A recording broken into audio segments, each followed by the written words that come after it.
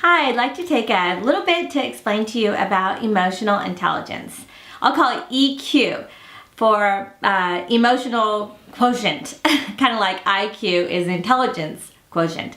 And this is really the ability to take your emotional being and your rational thinking, your emotional thinking and your rational thinking, and being able to put them together in a way that's going to really benefit you and your own self-awareness and then benefit you in your relationships.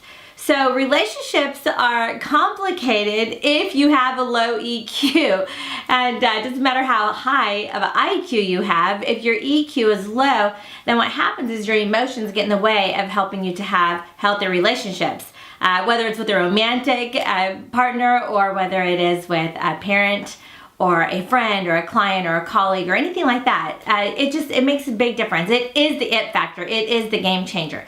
So what happens is when a stimuli occurs, it comes right here through your limbic system. But then up here is where your rational thinking occurs. So this reason, this rational thinking, your common sense all happens up here. But if you don't have the ability to take whatever's happening, the situation, and process it through your cognitive thinking, your logical thinking, there will be quite a disconnect. And what happens is your emotions run away. And you're not capable of functioning at the full capacity that would be best if you could function this way. So if you're struggling with relationships, let's look at EQ. Let's look at your EQ. There are 4 components to emotional intelligence. Number 1 is your self-awareness. 2, self-management. 3, social awareness. 4, relationship management. So if your relationships are not being handled well and you don't have close relationships, let's look at 1, 2, and 3. Number 1 is your self-awareness. The way that you get self-awareness is when you have a really good, healthy view, an accurate view of the way you are. So really, realistically, you have to be able to see yourself through other people's eyes. So you have to see yourself the way they see you. The only way you can get that accurate is when there is feedback. So you've got to have the maturity to be able to understand and appreciate other people's feedback in your life. So let's say if you took 12 people of your closest friends and family, colleagues, or clients, and you asked them, tell me about myself. How do I behave when I'm having a bad day? How do I behave when things don't go my way? Am I angry? Do I seem to be able to control my anger? Do I get out of sorts? What do you think? Does it seem to you like I'm an alcoholic? I drink daily, but I don't think I have a drinking problem. What do you think? So these are questions that you need to ask. If you feel like people are criticizing you, instead of getting defensive, take a stop for a minute and take a look. Maybe they're right. Maybe this isn't just criticism.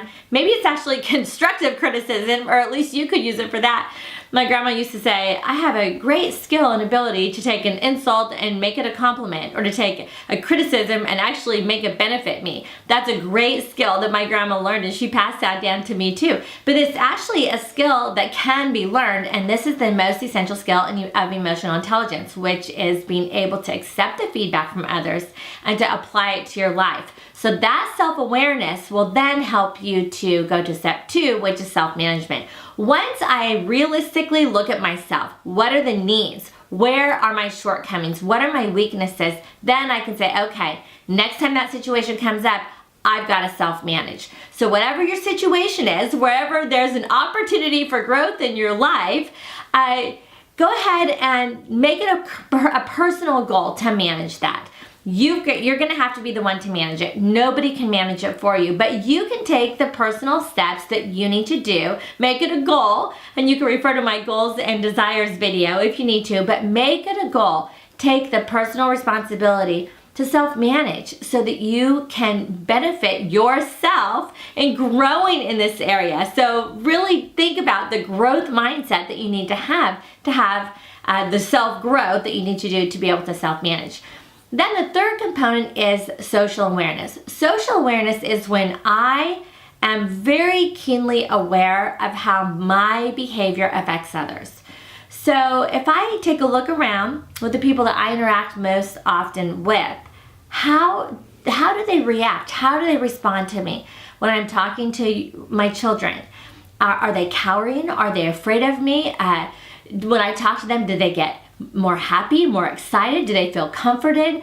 What is it? How do I behave, and how do people respond to me? If people are responding negatively to me in a lot of situations, I need to take a look at myself, because I'm the common thread here. If everyone's responding negative to me, it can't be everyone else. It's got to be me. What is happening? How am I not socially aware enough to see how my behavior is negatively affecting those around me? So then when I can make a shift, then when I come into a situation, I can be socially aware and be very realistic about the way that my behavior affects everyone else. Then I can have relationship management. See, it's really not even possible to be in relationship with others if I am not self-aware, if I don't self-manage, and if I'm not socially aware. Then a relationship doesn't even have a chance of being healthy, because there's a disconnect. Right here I wrote that EQ is your ability to recognize and understand emotions and your skill at using this awareness to manage yourself and relationships with others. This is what EQ is. This is the benefit of it. So next time somebody starts to criticize you, just say thank you. That's what I needed. Thank you. That helps me have an opportunity for growth, so that ultimately my relationships can improve. So I hope that's helpful for you. If you'd like more information, just do some research, because EQ is something that will benefit all of us. And it's good to spend this time with you today. God bless you. Bye-bye.